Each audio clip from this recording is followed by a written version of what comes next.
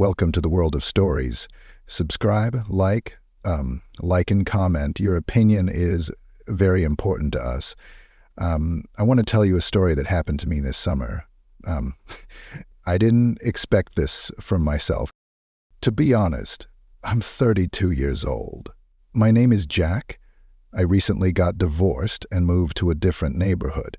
You know how it is when you think everything's going to be fine, and then bam, you're packing your bags. So I moved into a new apartment. The neighborhood is quiet and peaceful, and there's a parking lot nearby. I decided to take everything I needed for a vacation, to get used to the new place and clear my head after all the mess of the divorce. The first few days, I just laid on the couch, slept until noon, and then went out on the balcony, drank coffee, and smoked. You know, it was such a strange state. You seem to be free, but you don't know what to do with this freedom. You just sit and look at the street and wonder what will happen next. One day I was sitting on the balcony, and suddenly I heard a noise in the yard. I looked, and a neighbor was coming out of the house across the street. She went into her garden, spread a big towel by the pool, and started sunbathing. At first, I didn't pay any attention to her, but then, for some reason, I started watching her. She's a striking woman, hard not to notice. I couldn't tell her age, but she looked great, trim and well-groomed. Her name was Carolyn, as I found out later.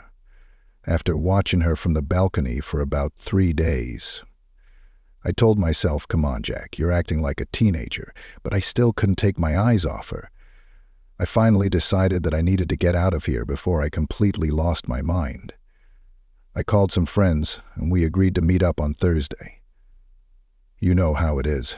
A beer to start, then another, and we ended up sitting in a cab for what seemed like hours as it got dark. So I'm coming home from the cab, and I hear, "Jack, good evening." I turned around, and there was Caroline, smiling at the fence. How? Of course I was surprised. How did she know my name? I walked over, extended my hand, and said hello. She noted that I looked a bit reclusive and invited me in for a cup of tea. I couldn't refuse. I was curious as to why she was suddenly paying so much attention to me. We sat down at a table by the pool. Caroline poured the tea, took out a cake, and we started talking. She told me that she'd been living here for a long time, and she'd noticed the new neighbor right away. She even recognized my name from the mailbox, sharp as a tie. We nodded at each other, talked, and I thought, what an interesting woman. We sat there for probably 2 hours, talking about our lives. Turns out we were both recently divorced. What a coincidence. And you know, she was easy. Despite the age difference, we chatted like old friends. Then she suggested we go swimming in the pool. I hesitated at first, saying I didn't have a swimsuit and it was getting late. But she just laughed. "Jack, don't be shy. Who's going to see us here?" As I stood there pondering, she was already in the water and looking at me. And then, on a whim, I jumped into the water too, clothes and all. Carolyn laughed, and soon we were both splashing around in the water. My heart was pounding like crazy, and I didn't realize what I was doing. I must have dozed off, lost in the moment, when suddenly she took my hand and pulled me closer. What happened next, you can imagine. I won't go into details, but I will say one thing. Caroline turned out to be a very passionate and experienced woman. I did not expect to experience such emotions again. Caroline shook her head and once again stared me straight in the eyes. She looked the age-old widow back in the picture. Later, we were lying on a chase lounge and looking at the stars. She was smoking and I was silent.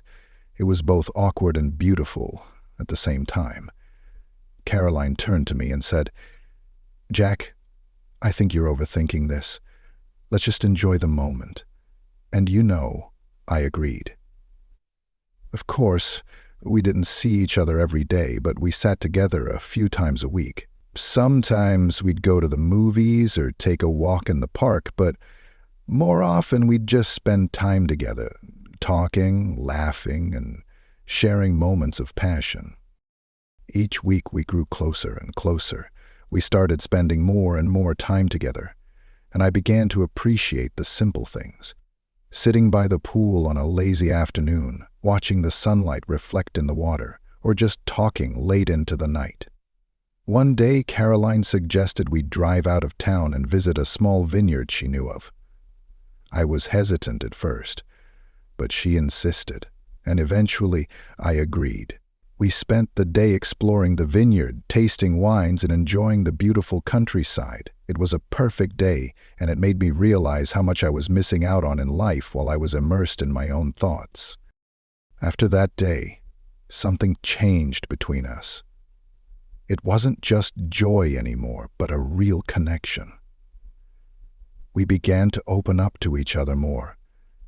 Caroline told me about her past, her hopes and fears. She talked about her dreams and how life had steered her in a different direction. I found myself sharing things with her that I hadn't told anyone else. My insecurities, regrets, and even my hopes for the future. It felt good to let someone into my life, to feel understood and not judged. One night we decided to have a little barbecue in her backyard. It was just the two of us, grilling steaks, drinking wine, and enjoying the warm summer evening. We danced to old songs playing softly on the radio. It was spontaneous and romantic. Caroline was light on her feet, and I laughed in a way I hadn't laughed in years. Everything seemed right in that moment, as if all the hardships and heartaches had led me to that very night. 3 months passed, and I finally felt myself thawing, as if I was letting go of the past. The divorce no longer weighed on me as it had before. One evening I went over to her place as usual. Caroline looked sad. I asked her what was wrong, and she said, "Jack, I've really fallen in love with you, but I don't think it's what you really want." That's when I realized she was right. I wasn't ready for a new relationship. I wasn't ready to open my heart again. We talked all night, crying, laughing, and remembering all the good things that had happened between us. I left in the morning, and we didn't see each other for a week. I found out later that Caroline had gone to stay with her sister in another city. I stayed behind, pondering all of this. For a long time I pondered whether I had made the right decision. Was it worth my risk to try again?